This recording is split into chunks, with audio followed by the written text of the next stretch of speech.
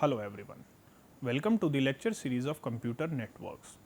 I am Harsh Khattar, working as assistant professor in Department of Computer Science at KITE Group of Institutions, Ghaziabad.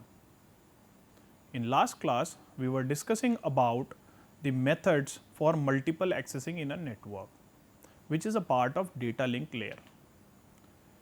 Today, we will talk about the random access protocols. There are three categories in multiple access protocols: random access, controlled access and channelization protocols. Channelization protocols and controlled access we have covered yesterday. The weightage of these two are approx 10 marks in university exam, and this individual plays an important role of 10 marks. You will see every year there is a question on random access protocols.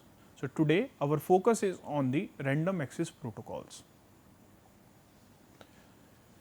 Very first thing is what exactly random access is. As we were discussing the scenario of a student and the faculty in previous two cases in channelization and controlled access, we are dividing the class frequency into multiple parts and then defining it for the faculty 1, faculty 2, faculty 3. Or in the second scenario, we were discussing among the faculty members that who is going to take a class in the particular first lecture or say second lecture, means a proper timetable is there or mutual consent is there. But today we are discussing a different scenario which is known as random access. What is the meaning of random access? Random access says there is no communication among the users. The faculty is going in a class, it means it is not considering the consent of other 5 faculty members.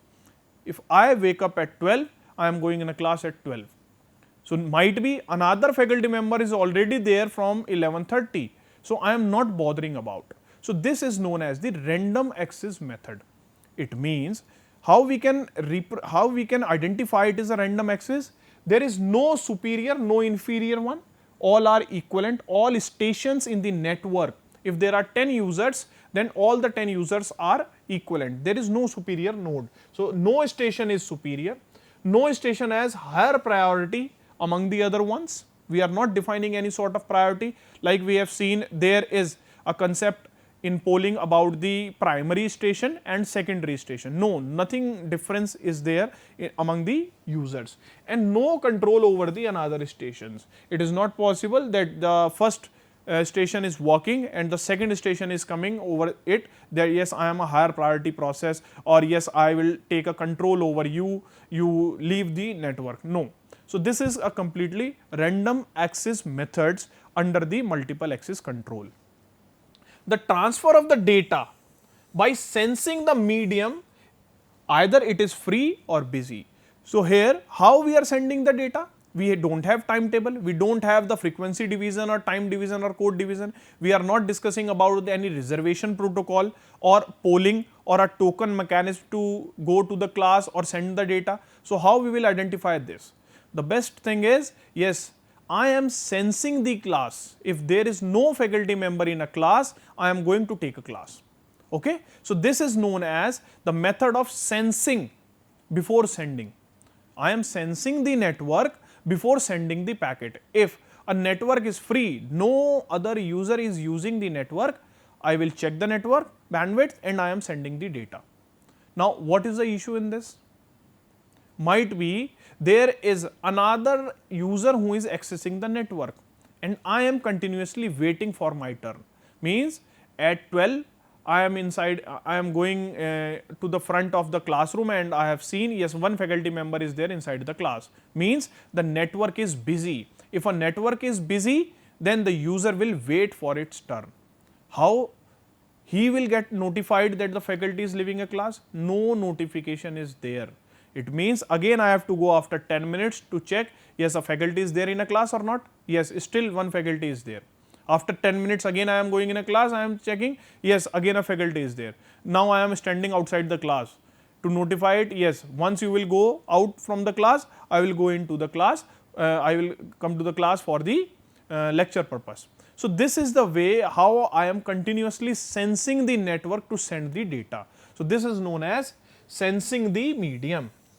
Okay. So, if it is free, then you can send the data. If the network is busy, you have to wait for your turn. So, there are two main features for this. One is no scheduled time for the station to transmit the data. Here you can't imagine when a particular user is going to send a packet in a data or in a network. If you have some data, I am saying yes, I am Harsh Khattar, and whenever I am free I am shooting a lecture. So, it means there is no proper scheduling is there. So, this is first point. Second point, that no rule to specify who will transmit the data next. In a network currently nobody is sending. Suddenly one person is picking up, yes, I am a new user to the network, I want to send the packet. Okay, you can send, because a network is free. Once it is done, again the network is free, because nobody else is opting to send a data in a network. So, what it means? Means it is a complete random access. Anybody will come in a network to send the data, anybody will come next to the data, or might be there is a rush in the network that everybody is asking, yes, I want to send the data, and only one person is allowed, so other are waiting in the queue. Okay? So, we have some sort of mechanism in this, how we will identify, how we will resolve this type of conflict. If everybody is saying, yes, I want to send the data, in this case there is a collision of data, the collision of packet, and receiver will receive nothing. So, in this case we have various methods which we are studying in today's class under the random access methods. So, first of all we have few questions in our mind. If it is this much random in nature, so how we can say, yes, when can a station access the medium? If it is free, then he can easily access it, but if the medium is busy and I am waiting for my turn continuously, I am just sensing the network every time it is busy. So, when my turn will come? Okay? So, this is first question. Second, what can the station do if medium is busy? Means I need to wait. If I need to wait, then wait for how much minutes? I am continuously standing outside the classroom, or I can go to my cabin and come after half an hour to check the medium again. So, what type of waiting is there? How can a station determine the success or failure of the transmission? Means I have seen, yes, the medium is free, the network is free, I am user 1, I have sent the data. Okay, my class will be at 5 p.m. How I will ensure that students or the other users are receiving this data, that the network class is at 5 p.m. Might be I have sent the data and none of the user has received it. So, I am at 5 p.m. I am in the class alone, no student is there. So, what I will do to the network, because no such user is there to receive or perceive the data. So, this is the another issue. What can the station do if there is an access conflict? Currently nobody is using the network and suddenly two users are claiming, yes, I have sensed the network, it was free, so I came here. Another user is also claiming, yes, the network was free, so I am here. This is the same example, like the class was free and two faculty members have seen, yes, the class is free, they are going to their cabin and come with the duster and the marker, and yes, outside the classroom both are standing now. Now, they are having a conflict, they are fighting that who will go in the class to take the lecture. So, this is the issue. If this type of issue arise, then what is the solution for this? So, these are some open-ended questions. Now, we are focusing on the solutions. What are the solutions for this? Solutions are basically the mechanism, how we can set the rules in such a manner so that no conflict is there. So, the solutions are, the answers of these questions are in the form of these three categories. Category 1, 2, 3. First category is the Aloha method. Aloha method is talking about some set of rules which avoid conflicts. Another category is the CSMA CD, then CSMA CA. So, these are the three categories under the random access protocols, and there are some subcategories like under the Aloha you will see pure Aloha, slotted Aloha. Under the CSMA CD there is a basic version which is CSMA, you can also see here CSMA, then CSMA CD. We will talk in detail about the full forms and how they are working.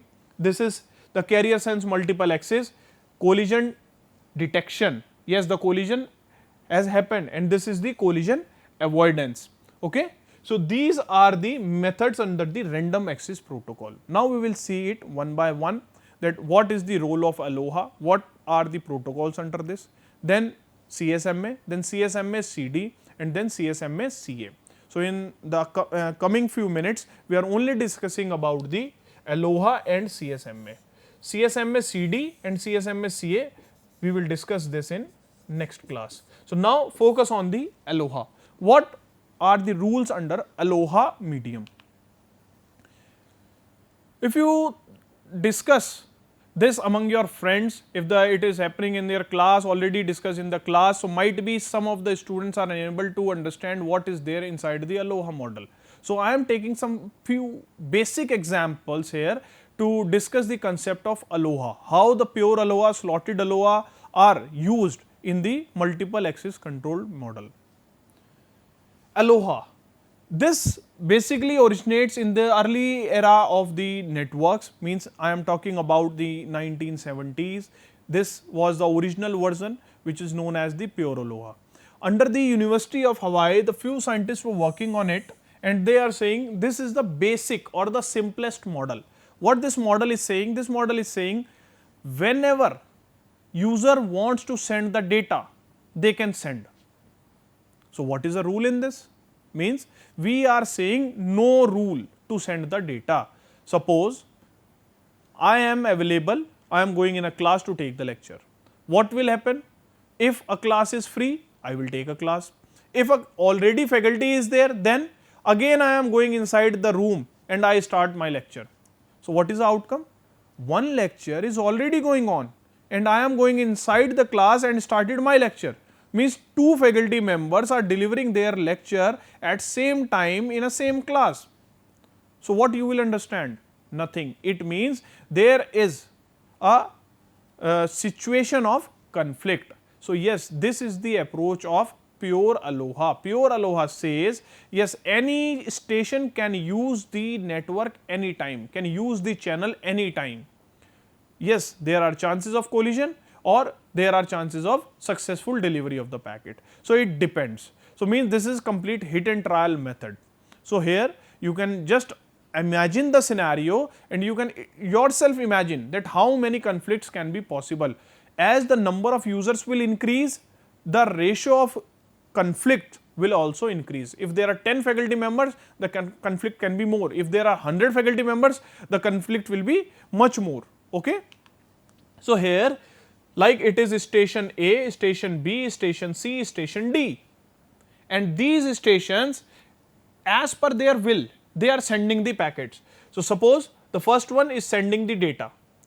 Once he started sending the data, nobody else is there inside this particular time. If I am saying this is a time, inside this time you will see no other packet is there, means this packet is safely delivered at the receiver end.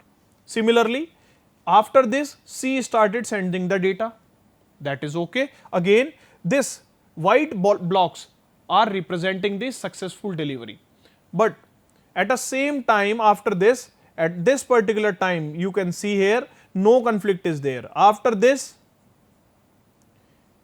initially A started sending the packet.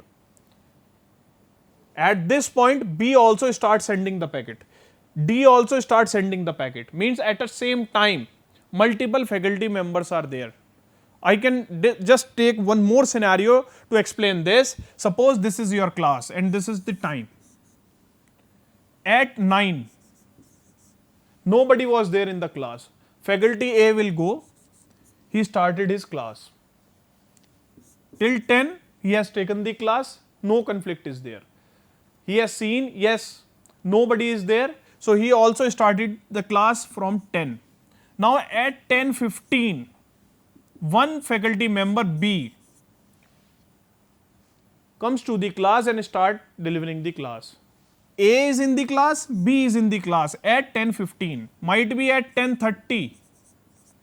C is also coming in the class. Now at particular time 10:30, C, B, A, 3 faculty members are there in the class. So when there are multiple faculty members in the class, means there is a situation of collision, means no fruitful outcome will come. If there is a single user, then yes, there is a proper outcome which is considered as a successfully delivery of a packet. In this diagram of the network, you will see 1, 2, 3, 2, 2 and 2. It means 9 packets are there. Out of 9 packets, only 2 packets are successfully delivered. Other ones are facing the issue of collision. Might be when they have started sending the data, no collision is there, but the packet is not fully delivered and on the network another packet is dropped. So in this case, there is a conflict in this. Once this packet was there, this packet arrived, means again collision. With this one arrives, collision. So at particular moment of time, this packet and this packet or this data stream or frame is there in the network, means multiple stations are sending the data. This arises the situation of conflict. So now you can imagine, if I am increasing the number of users, the conflict is more. So the efficiency of the system will decrease. If the number of users are less, the efficiency will increase. So this is the basic, the simplest model, which is known as pure Aloha, means the original Aloha method, which was derived at the University of Hawaii in 1970s. There are more chances of collision. If the collision is there, then the data frame will lose. So these are the issues, problem in pure Aloha method. So I hope now this diagram is clear. You can easily understand what is the scenario of pure Aloha. There is another successive version of this, means 1972 another method was there, which is SlottedAloha. SlottedAloha says no. Now this randomization is a bit converted into the slots. Might be the slot is of 10 minutes. 10 minutes means we are saying yes, if you want to send the data, then you can go at 9, then 9:10, then 9:20. There is a slot of 10 minutes. Previously, if a faculty is coming, he can go in the class at 9:01, 9:02, 9:05, 9:08 any time. But now this randomization is divided into, this continuous time is divided into the discrete values, like now you can check it at 9, then 9:10, 9:20. If you are ready with your lecture at 9:15, no, at 9:15 you are not supposed to go in the class, you will go at 9:20. Okay? So this some sort of discrete interval of time helps in improving the efficiency of the system and collisions are less. Okay? In previous example, you will see if this faculty has started the class, after half of the class, then the collision will arise because the another faculty is coming any time. So now we are dividing the slots. If a faculty has started the class at this, so this is a slot of 10 minutes. So at 10, nobody else will disturb. After 10 minutes, now multiple faculty can come. So here, yes, still there are chances of collision. If you will focus on the diagram of SlottedAloha, this one, yes, there are chances that these are the smaller slots. So here, out of 8 stations, only 1 station want to send the data. No conflict is there. No conflict, no conflict. At slot 4, 3 faculty members are there in a class, means collision, means the frames or the data will lose.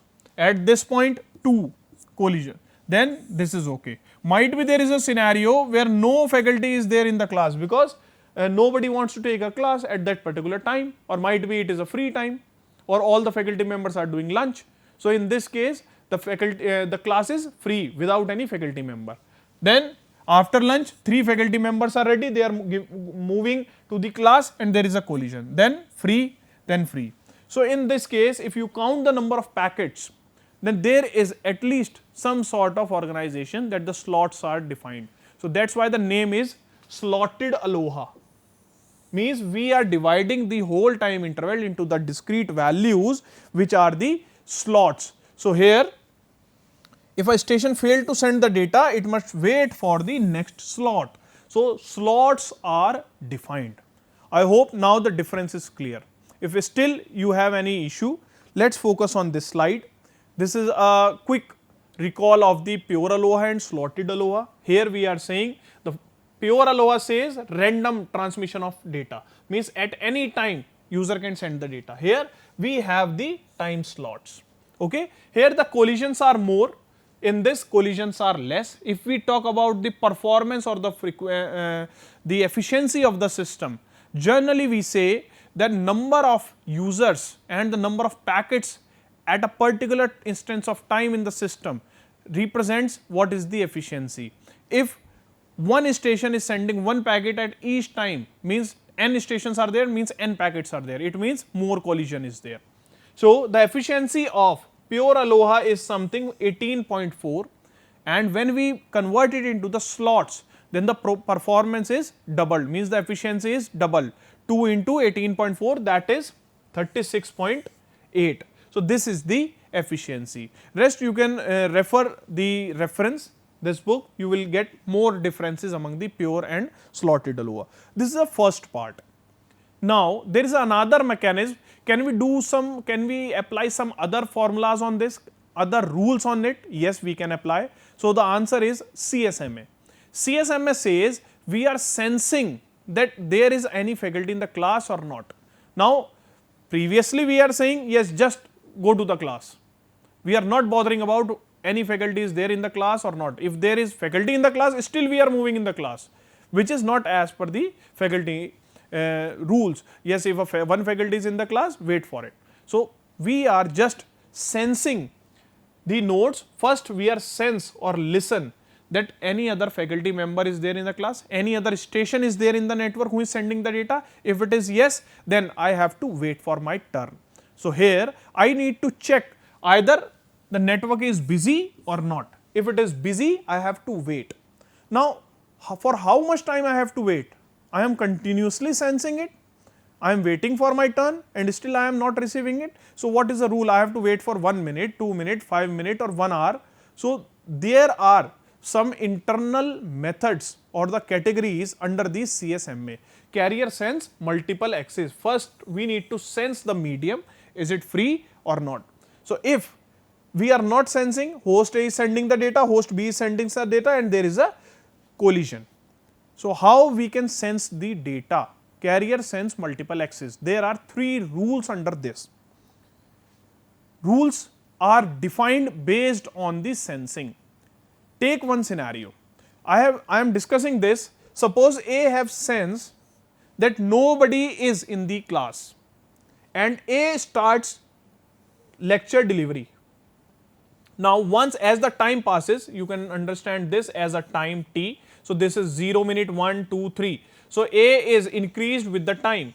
So, at this point when A is giving its class, taking its lecture, if B is ready, B is coming and checking, oh yes, A is in the class, C is sensing, yes, somebody is there in the class, D is sensing, yes, somebody is there in the class. So, every other node can sense the network is busy or not.